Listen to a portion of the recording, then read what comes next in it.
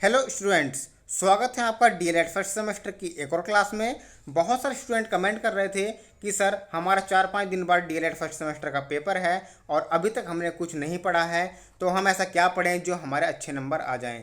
तो ये वीडियो उन्हीं के लिए है जिन्होंने अभी तक कुछ नहीं पढ़ा है या थोड़ा बहुत ही पढ़ा है। तो देखिए, आपके पास टाइम कम है, आपको मैं सभी पार्ट का सारांश एक बार पढ़ा देता हूँ। आपके कुल कितने पार्ट है? 5 या 6 पार्ट हैं आपके सिर्फ, ठीक है। तो इसी वीडियो में पार्ट 1 से लेकर के 5 तक के सभी पार्टों के सारांश के जो इम्पोर्टेंट हेडिंग्स है वो आपको मैं बता देता हूँ। आप इनको ध्यान रख लीजिए। लगभग इन्हीं में से अति लघु और बहुविकल्पी आपके एग्जाम में आ जाएंगे।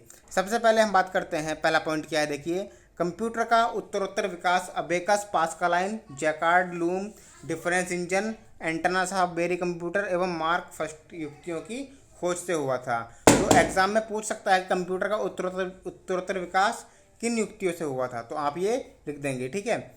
दूसरा पॉइंट है, कंप्यूटर जगत में लगातार विकास हो रहा है। इसके इतिहास एवं विकास के कालक्रम का प्रारंभ 3000 ईसा पूर्व से पहले अबेकस के आविष्कार से हुआ। ये पूछ सकता है एग्जाम में कि कब हुआ, ठीक है, अबेकस के आविष्कार से कब हुआ, तो आप लिख देंगे कालक्रम का प्रारंभ 3000 ईसा पूर्व में।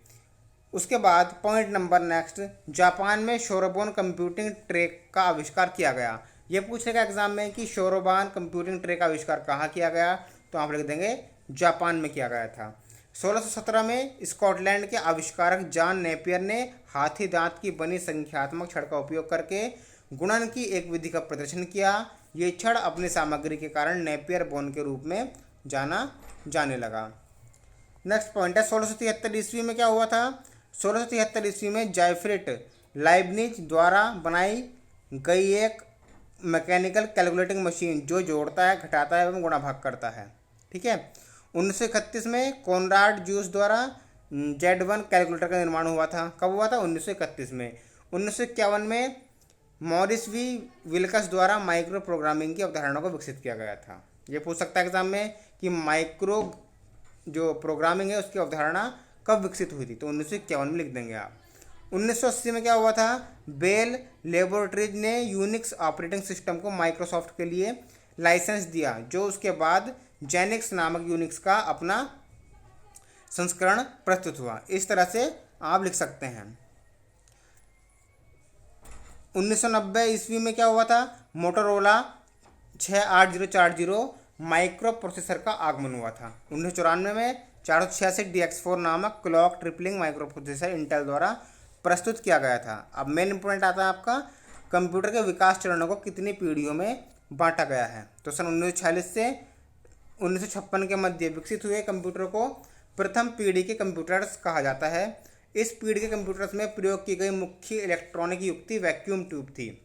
डायोड वाल्व नामक वैक्यूम ट्यूब का आविष्कार कब हुआ था? 1904 में। किसने किया था? सर एम्ब्रोज फ्लेमिंग ने। दोबारा ध्यान देखिए इस पर, डायोड वाल्व नामक वैक्यूम ट्यूब का आविष्कार 1904 में हुआ था और इसका आविष्कार किया था सन एम्ब्रोज फ्लेमिंग ने। नेक्स्ट पॉइंट, द्वितीय पीढ़ी कंप्यूटर का विकास 1947 में बेल लैबोरेटरीज में ट्रांजिस्टर का आविष्कार से हुआ। 1950 के दशक के अंत में उसने इलेक्ट्रॉनिक क्रांति की शुरुआत की। 1950 के दशक के अंत में दूसरी पीढ़ी के कंप्यूटर में वैक्यूम ट्यूब की जगह ट्रांजिस्टर ने ले ली, जो सस्ता, हल्का तथा कम गर्मी उत्सर्जित करता था। इस तरह से आपको सारांश पढ़ लेना है। जो इम्पोर्टेंट है वो मैं आपको बता देता हूँ। कंप्यूटर शब्द की उत्पत्ति पूछ लेते हैं एग्जाम में कभी कभी, ठीक है। कंप्यूटर शब्द की उत्पत्ति कैसे हुई है? अंग्रेजी के कंप्यूट शब्द से हुई है, COMPUTE, जिसका अर्थ है गणना करना।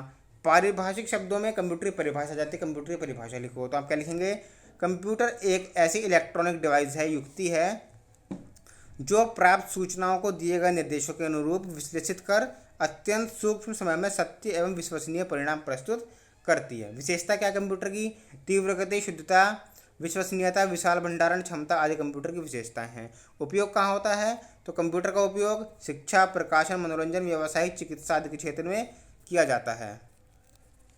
कंप्यूटर को कितने भागों में जो वर्गीकृत किया गया है? तो कार्य एवं आंकड़ों की प्रस्तुतिकरण के आधार पर कंप्यूटर को 3 वर्गों में, एनालॉग, डिजिटल और हाइब्रिड कंप्यूटर में। क्या होता है analogue?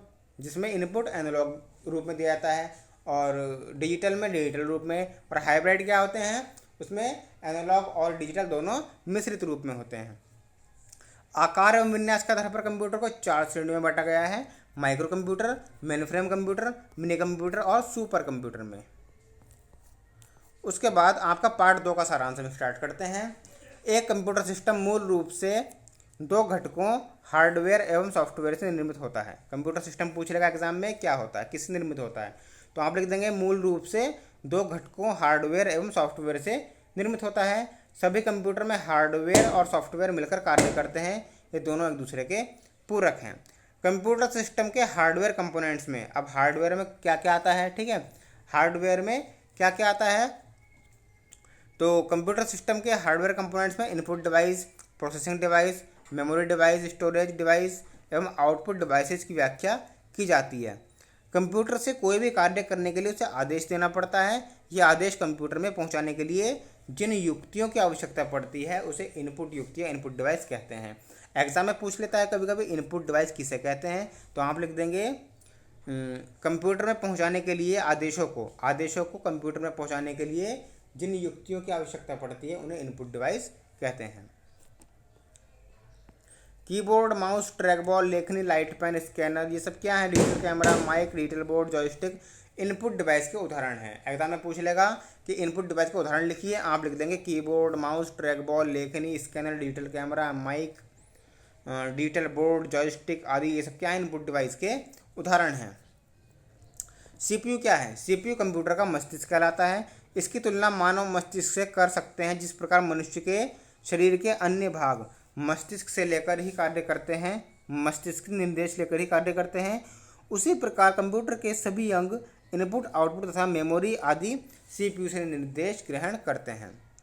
Control unit, control unit में क्या है, कंट्रोल यूनिट एएलयू एवं एमयू इंटरनल रजिस्टर सीपीयू के 3 भाग होते हैं। क्या क्या होते हैं सीपीयू के 3 भाग, CU control unit, ALU arithmetic and logical unit और मेमोरी यूनिट। ये हैं सीपीयू के 3 भागों के नाम। अति लघु में पूछ लेता है कभी कभी। रजिस्टर किसे कहते हैं, ये पूछा जाता है एग्जाम में।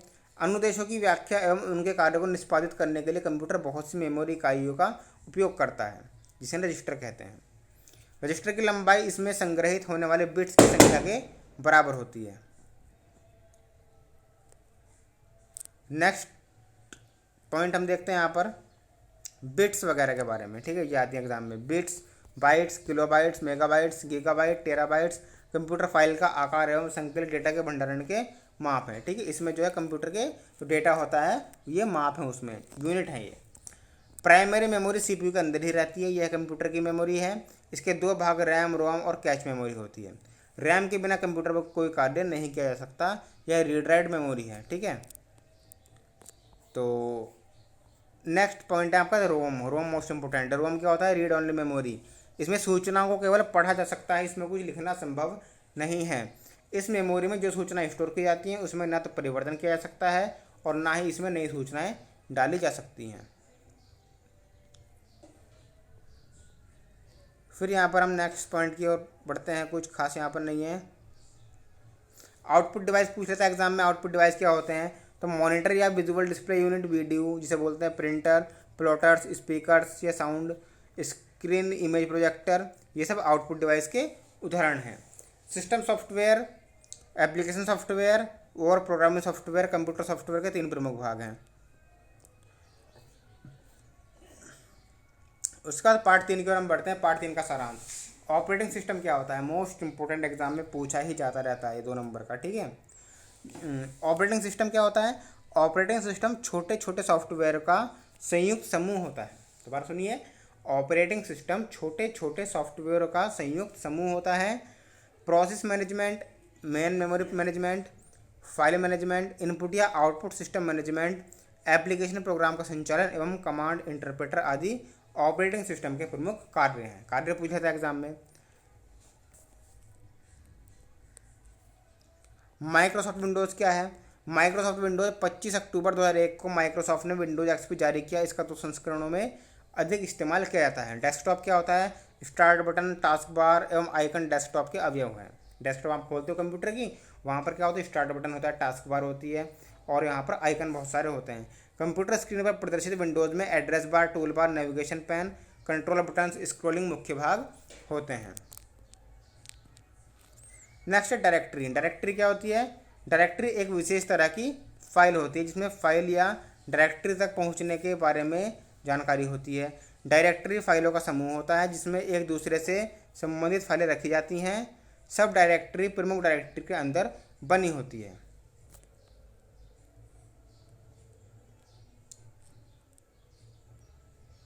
कंट्रोल पैनल क्या है? Control panel Microsoft Windows graphical user interface का एक भाग है जो यूज़र को एप्लेट्स के माध्यम से मूलभूत सेटिंग व्यवस्था तथा कंट्रोल को देखने तथा उसमें परिवर्तन करने की अनुमति देता है। कंट्रोल पैनल एप्लेट्स कहलाता है। उसके बाद रिसाइकल बिन क्या होती है? रिसाइकल बिन डेस्कटॉप पर स्थित होता है। त्रुटिवश हटाई गई फाइलों को पुनः प्राप्त कर सकते हैं। किसी फाइल या शॉर्टकट को पुनः प्राप्त या रिस्टोर करने के लिए रिसाइकल बिन पर डबल क्लिक करना चाहिए। मान लो आप अपने कंप्यूटर सिस्टम से कोई भी चीज़ डिलीट करते हैं, कोई song, video, photo, graphic, text, कुछ भी, तो वो सब रिसाइकल बिन में जा करके स्टोर हो जाता है और वहाँ से भी आप उसको दोबारा से रीस्टोर कर सकते हो। तो हम पार्ट 4 की ओर बढ़ते हैं। पार्ट 4 में क्या है? पार्ट आपके इसमें 5 ही हैं। जी हाँ, पार्ट 5 ही है, बस 4 पार्ट। मल्टीमीडिया क्या होता है? देखिए, बहुत मोस्ट इंपोर्टेंट है। पार्ट 4 का सारांश है ये। मल्टीमीडिया का शाब्दिक अर्थ होता है बहुमाध्यम। ठीक है, बहुमाध्यम। इसका अभिप्राय ऐसे कंप्यूटर या उपकरणों से है जो अलग अलग माध्यमों का एक उपयोग करना संभव बना देते हैं। वस्तुतः मल्टीमीडिया संयुक्त रूप से पाठ्य सामग्री, चित्र, श्रव्य, एनिमेशन, रिमुलेशन तथा इंटरएक्टिविटी के कंप्यूटर के माध्यम से किए जाने वाले उपयोग के रूप में भी जाना जाता है। मल्टीमीडिया घटक क्या क्या? Text, audio, graphics, video, animation. Multimedia application का प्रयोग Windows media player, Microsoft Encarta, Windows movie maker, Picasa, ये सब जो है सारांश क्या है? ये मल्टीमीडिया के जो अवयव हैं उसका सारांश है ये। कंप्यूटर नेटवर्क क्या होता है? तो कंप्यूटर नेटवर्क मोस्ट इम्पोर्टेंट है। जब हम दो या दो से अधिक कंप्यूटर को एक दूसरे से केबल या अन्य किसी माध्यम से जोड़ते हैं तो उसे कंप्यूटर नेटवर्क कहते हैं। कंप्यूटर नेटवर्क का उपयोग सूचनाओं का आदान प्रदान, संप्रेषण सुविधाएं प्रदान करने, केंद्रीय सूचना भंडार से लाभान्वित होने एवं उपयुक्त संसाधनों का उपयोग करने के लिए किया जाता है। सर्वर, क्लाइंट, मॉडेम आदि नेटवर्क के भाग होते हैं। इंटरनेट क्या होता है? देखिए, शेरान क्राफर्ड के अनुसार इंटरनेट क्या होता है? इंटरनेट वास्तव में समस्त पृथ्वी पर बिखरे हुए हजारों नेटवर्क का एक मुक्त संयोजन है। शिक्षा के क्षेत्र में, मनोरंजन के क्षेत्र में, विज्ञापन के क्षेत्र में, राजनीतिक क्षेत्र में, संप्रेषण के क्षेत्र में, व्यावसायिक क्षेत्र में एवं सामाजिक नेटवर्किंग के क्षेत्र में इंटरनेट का अनुप्रयोग किया जाता है। शिक्षा संबंधी ऑनलाइन लिंक मानव संसाधन विकास मंत्रालय MHRD, NCERT, SCERT, जिला प्रशिक्षण संस्थान डाइट, बेसिक शिक्षा परिषद UPMSP, ये सब जो है इससे इंटरनेट की वजह से ये सब ऑनलाइन शिक्षा जो है और जो एजुकेशन की जो जानकारी होती है वो आपको इंटरनेट के जरिए ही आपको मिलती है। आप ये वीडियो देख पा रहे हैं वो इंटरनेट के जरिए ही देख पा रहे हैं। इंटरनेट से PDF, गाने, वीडियो, पुस्तकें आदि अपलोड और डाउनलोड होते हैं। इंटरनेट द्वारा बाजार में संबंधित वेबसाइटों पर उपलब्ध की ट्रायल वर्जन सॉफ्टवेयर को इंस्टॉल भी कर सकते हैं। आपको गाना चाहिए, अपलोड करना है, यूट्यूब पर वीडियो अपलोड करनी है, कोई सॉन्ग डाउनलोड करना है, वो सब जो है इंटरनेट से ही होता है। डेटा सिक्योरिटी क्या होती है? डेटा सिक्योरिटी सुरक्षात्मक डिजिटल गोपनीयता को संदर्भित करता है जो कंप्यूटर डेटाबेस और वेबसाइट पर अनाधिकृत पहुंच को रोकने के लिए लागू होती है। इसके लिए प्रयोगकर्ता विभिन्न एंटीवायरस का प्रयोग करता है जिससे उसकी फाइल सुरक्षित रह सके। MS फ्रंट पेज व MS आउटलुक प्रमुख उपयोगी वेब टूल्स हैं। डेटा सिक्योरिटी आपकी इंफॉर्मेशन कोई चुरा तो नहीं रहा, कोई हैक तो नहीं कर रहा है, इसलिए डेटा सिक्योरिटी की ज़रूरत पड़ती है। गूगल ट्रांसलेटर क्या है? यह एक बहुभाषी अनुवाद एप्लीकेशन है जो गूगल सेवाओं के द्वारा निर्मित की गई है। इसके द्वारा text, speech, image, site, real time video आदि एक भाषा से दूसरी भाषा में परिवर्तित होता है। बेबीलोन क्या है? यह एक पूर्ण शब्दकोश या अनुवाद समाधान है जो कई भाषाओं के साथ कार्य करता है। बेबीलोन मानक बहुभाषी शब्दरूप का शब्दकोश का उपयोग करता है जिसमें अतिरिक्त शब्दकोशों की असीमित संख्या जोड़ सकते हैं। ये बेबीलोन होता है। उसके बाद लास्ट चैप्टर हमारा पार्ट 5 है। ठीक है, संप्रेषण तकनीकी सूचना एवं संप्रेषण के माध्यम से हम ज्ञान ग्रहण करने एवं ज्ञान प्राप्ति के ढंग को जानते हैं, समझते हैं। इसके द्वारा शिक्षक तथा छात्रों को तथ्यों एवं सूचनाओं की प्राप्ति होती है। सूचना तकनीकी छात्रों को शिक्षण अधिगम प्रक्रिया में अधिक सक्रिय बनाती है। संप्रेषण तकनीकी सूचना के बारे में बात की गई है। ठीक है, पैकेज क्या होता है? पैकेज का सामान्य अर्थ भरना होता है, बांधना, सर्वव्याप्ता आदि होता है। दूसरे शब्दों में पैकेज का अर्थ किसी दुकान, संस्थान या कंपनी कर्मचारी द्वारा अपने सामान को व्यवस्थित रूप में रखना है। इस प्रकार व्यवस्थित रूप में रखी गई वस्तुओं को पैकेज कहते हैं। Application software, word processing, presentation, database एवं सॉफ्टवेयर के प्रकार होते हैं। MS एक्सेल क्या होता है? MS एक्सेल में डेटा को वर्कशीट में स्टोर किया जाता है। MS एक्सेल में डेटा को वर्कशीट में स्टोर किया जाता है। वर्कबुक एक्सेल फाइल होती है जिसके अंदर कई वर्कशीट होती हैं जिसमें डेटा को स्टोर किया जाता है। नेक्स्ट है माइक्रोसॉफ्ट पावर पॉइंट। ठीक है, तो माइक्रोसॉफ्ट पावर पॉइंट क्या होता है? Microsoft power point MS office का एक भाग है जो सरलता से स्लाइड शो बनाने में सहायता करता है। आप देखते हैं जैसे कोई मूवी स्टार्ट होती है, ठीक है, तो वहाँ पर जो स्टारकास्ट के नेम आते हैं वो सब जो आते हैं जाते हैं एनिमेशन वगैरह से, वो सब माइक्रोसॉफ्ट पावर पॉइंट से ही एडिट किया जाता है।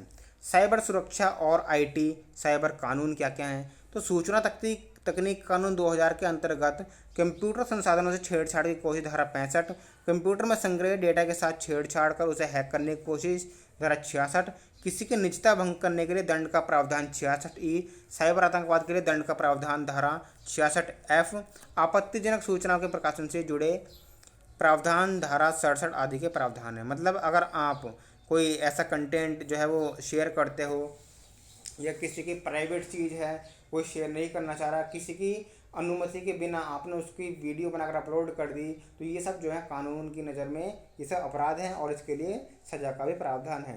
तो इसीलिए ये सब जो साइबर कानून है इनका पालन भी होना चाहिए। तो अगर आपने ये पूरा वीडियो देख लिया ढंग से तो आपको अच्छा समझ में आ गया होगा और एग्ज़ाम में इसमें से लगभग 60% आएगा ही आएगा। ठीक है, क्योंकि ये 5वें पार्ट होगा, ये बेसिक्स है। ठीक है, तो और अगली वीडियो में हम किसी और विषय का डिस्कस करेंगे। तो मिलते हैं नेक्स्ट वीडियो में। Thank you.